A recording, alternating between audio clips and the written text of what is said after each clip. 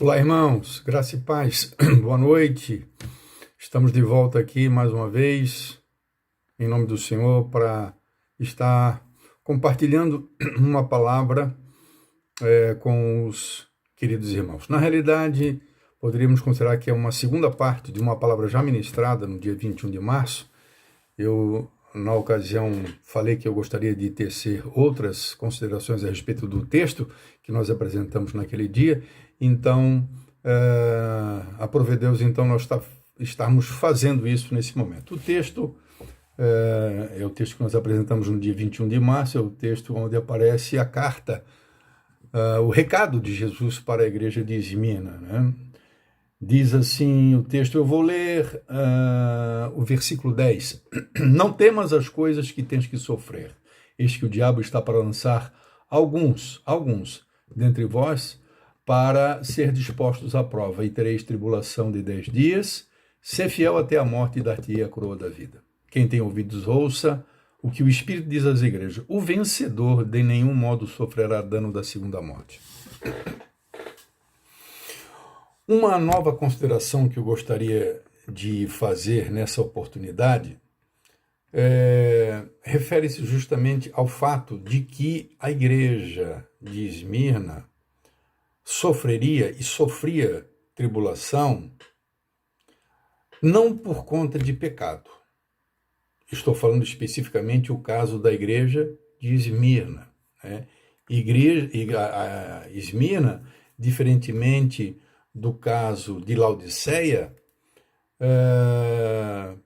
Laodiceia estava prestes a sofrer castigo por parte do Senhor, e ele anuncia, ele adverte a igreja que estava pronto para fazer isso, justamente por causa do pecado daquela igreja, né? O Senhor lá diz, no capítulo 3, versículo 19, que o Senhor castiga, o Senhor disciplina a todos que ele ama. Então a igreja deveria se aprumar, se arrumar e se arrepender, né? Então a gente percebe claramente que no caso de Laodiceia era uma punição, era um tratar duro da parte do Senhor por conta de um pecado, por causa do pecado da igreja.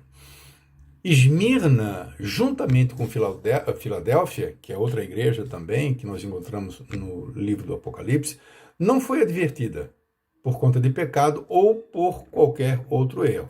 Lembremos, por exemplo, das igrejas para as quais Paulo escreveu, como no caso de Tessalônica. Tessalônica é o caso da igreja que se tornou, inclusive, exemplo para outras igrejas por conta da sua perseverança em meio às tribulações. Tribulações essas causadas não por conta do pecado, ao contrário, mas por conta da sua coragem em não negar o nome do Senhor Jesus Cristo quando foram provados, né? Isso deve ser levado em consideração. Eu entendo que esse olhar para a igreja de Esmirna, uma igreja sofredora, uma igreja que padecia e ainda iria padecer, mas uma igreja onde a gente não encontra, pelo menos, a advertência do Senhor. Nas outras 5 igrejas o Senhor adverte, o Senhor fala de erro, o Senhor fala de pecado. No caso de Esmirna, como no caso de Filadélfia, o Senhor não apresenta. Então, essa situação de uma igreja que estava aparentemente com o seu caminhar em dia, segundo a vontade de Deus, deve ser levada em consideração. Por quê, irmãos? Para que a gente não venha pensar que, obrigatoriamente, o que nós estamos atravessando nesse momento na nossa nação venha se tratar de uma punição da igreja. Uma punição sobre a igreja, por parte de Deus. É mais provável, eu imagino, eu penso, né, que o que nós estamos assistindo e o que nós estamos experimentando, se nós formos falar em termos de juízo, de julgamento, nós podemos vislumbrar a possibilidade de ser uma punição deste mundo. Sim, eu creio que esse mundo esteja sendo punido, como em toda a sua história diversas vezes foi punido. Punição de Deus por conta do pecado, por causa do distanciamento, da negação de Deus, né? Esse mundo que está tomando um caminho semelhante ao caminho de Sodoma e Gomorra, né? Cá para nós, irmãos, o mundo está tomando um rumo, né? Onde até os próprios valores da fé, os valores cristãos, os valores da igreja, estão sendo ridicularizados por este mundo, né? Você mais ou menos sabe o que eu estou falando, né? Nas festas mundanas, né? Então, a própria imagem do Senhor sendo ridicularizada, né? Então, eu entendo que mais provável que se tratam, se nós falarmos a nível de punição de juízo, que seja uma punição do mundo. O mundo está sendo punido por Deus, né? Mas aí obrigatoriamente vai surgir no coração de algumas pessoas, mas se é uma punição para o mundo, por que então nós experimentamos juntamente com o mundo? Por que nós temos que passar? Não deveria então o mundo sofrer, sendo que boa parte de nós, da igreja também, de alguma maneira, estamos sofrendo, né, as consequências dessa situação, dessa pandemia, né? E eu digo para você com toda humildade que eu penso que talvez seja pelo fato, no meu entendimento, talvez pelo fato de que o fogo que queima a palha é o mesmo fogo que purifica a prata. O mesmo fogo que vem sobre o mundo para queimar o mundo, ele é o mesmo fogo que vem provavelmente para aperfeiçoar a sua igreja. Isso eu entendo. A Bíblia diz, por exemplo, em Romanos, no capítulo 8, versículo 28, que todas as coisas, e quando a Bíblia fala em todas as coisas, entenda todas as coisas, especialmente aquelas coisas que nós possamos imaginar, assim, o que isso pode me edificar? Toda essa situação, o que isso pode trazer de benefício para mim? Né? Mas a Bíblia fala todas as coisas. Então, essas coisas, como as que nós estamos vivendo no momento, entendo eu, que deva ser enquadrada dentro desse conjunto de coisas a respeito das quais Paulo fala. Paulo fala que todas as coisas cooperam, ajudam, trabalham para o bem daqueles que amam a Deus. Todas as coisas, né? Quando Cristo, por exemplo, falou sobre o princípio das dores, e a gente vê esse texto ali em Lucas 21, de 7 a 11, ele falou que era necessário, né, de coisas tremendas. Era necessário que essas coisas deveriam acontecer, né? E aí devemos entender, a meu modo de interpretar, que todas aquelas coisas que haveriam de acontecer, estão acontecendo e que hão de acontecer, vão acontecer independentemente, irmãos, do nosso viver exemplar como igreja, né? Como igreja. Quais coisas Jesus fala? Então eu gostaria de abrir com você no Evangelho de Lucas, no capítulo 21, dentro daquilo que Jesus fala como sendo o princípio das dores, né? Capítulo 21 de Lucas, no capítulo 7, no versículo 7, e diz assim o texto: perguntaram para Jesus: mestre, quando acontecerá isso? E que sinal haverá de quando estas coisas estiverem para cumprir-se ou para se cumprir?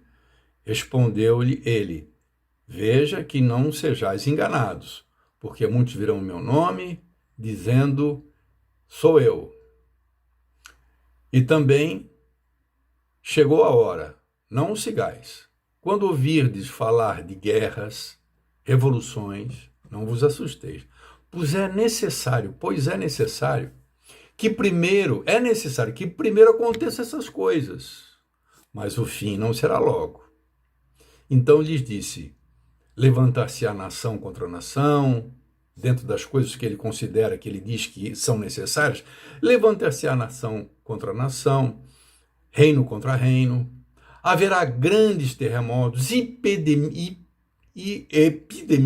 epidemias e fome em vários lugares, coisas espantosas e também grandes sinais no céu.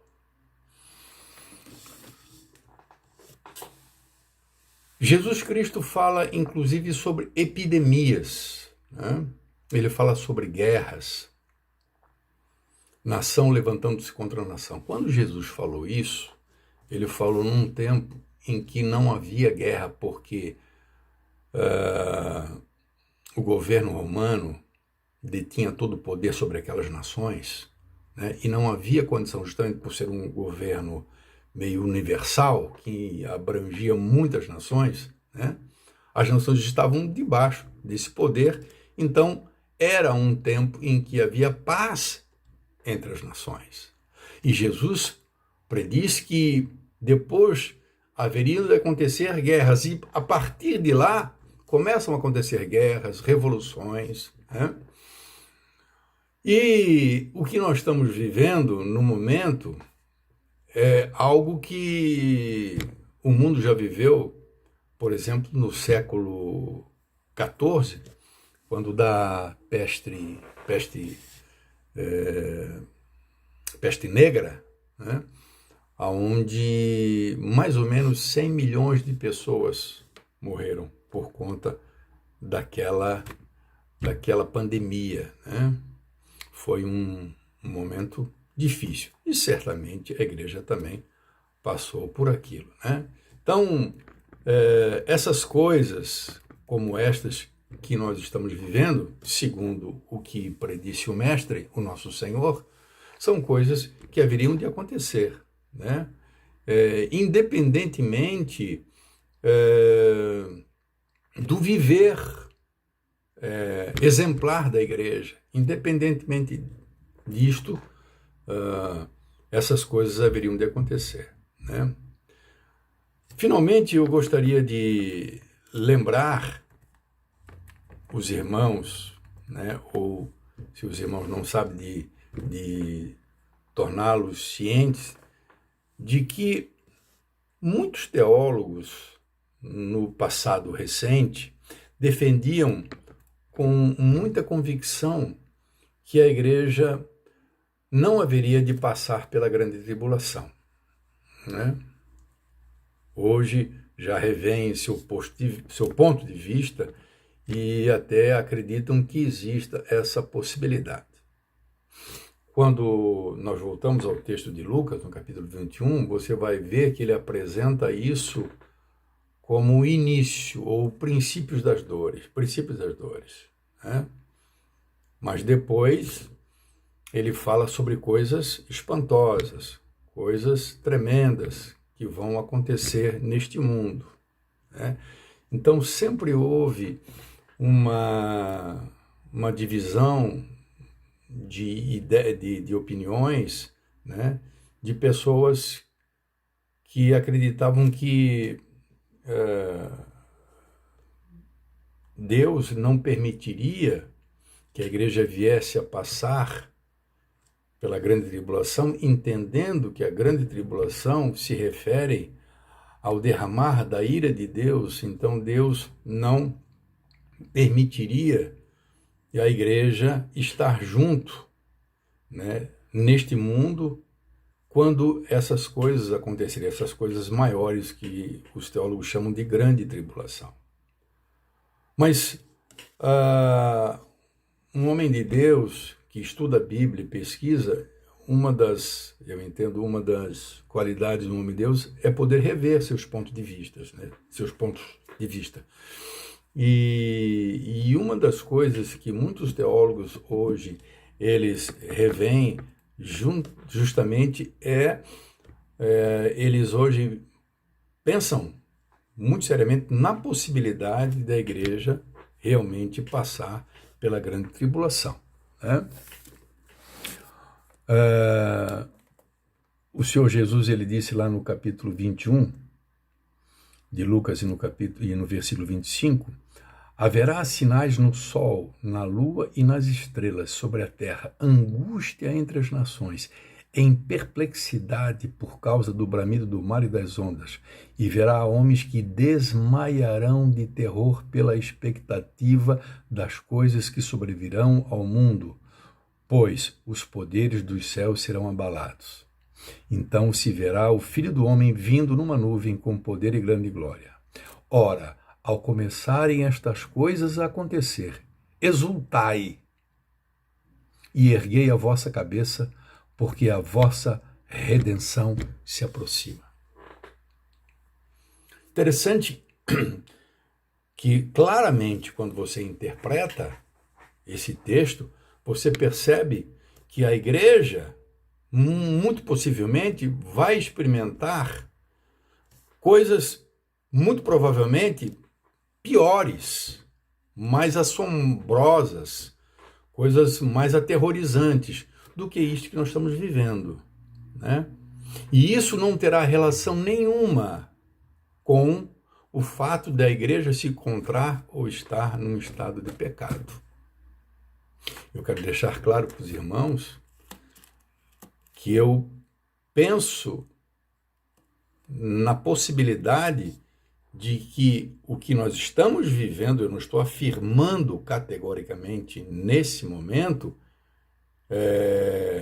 que não seja ou que não possa ser por conta do pecado, inclusive da igreja.